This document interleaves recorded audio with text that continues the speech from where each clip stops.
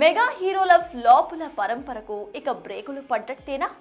ఓజీతో పవన్ మొదలుపెట్టిన దండయాత్రని చిరు చరణ్లో కంటిన్యూ చేసేస్తున్నారా? అదే దారిలో వరుణ్ తేజ్, సాయి ధరమ్ తేజ్లు కూడా నడవబోతున్నారా? అసలు వచ్చే ఏడు మెగా కాంపౌండ్ నుంచి వచ్చే ఆ సినిమాలేంటి?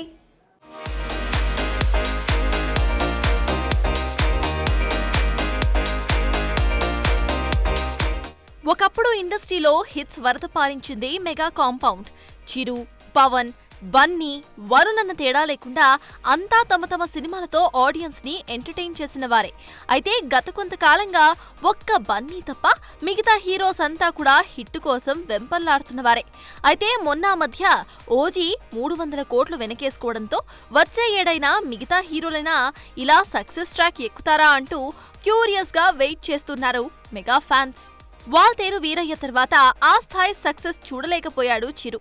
అయితే నెగటివ్ టాక్ తో మొదలైన మీసాల పిల్ల సాంగ్ అనూహ్యంగా చార్ట్ బస్టర్ గా మారి ఏకంగా 50 మిలియన్ల వ్యూస్ దాటడం చూస్తే మన శంకరవరప్రసాద్ గారు వచ్చే పొంగల్ బరిలో దిగి మ్యాజిక్ చేసేట్టే కనిపిస్తున్నాడు.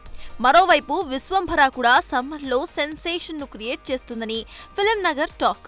ఇక ఆర్ఆర్ఆర్ తర్వాత హిట్ చూడని చరణ్ తాజాగా చికిరి చికిరి అంటూ వేసిన స్టెప్పులు చూస్తూ ఉంటే మీసాల పిల్ల సాధించిన 50 మిలియన్లను ఈజీగా దాటేసి వచ్చే మార్చ్ 27న రాబోతున్న పెద్దిపై అంచనాలు భారీగా పెంచేస్తున్నాయి అంటున్నాడు.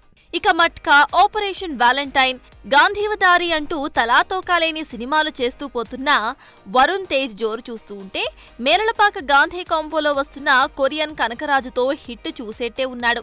ఇక విరూపాక్షతో కాస్త గాడిలో పడ్డాడు సాయి ధరమ్ తేజ్.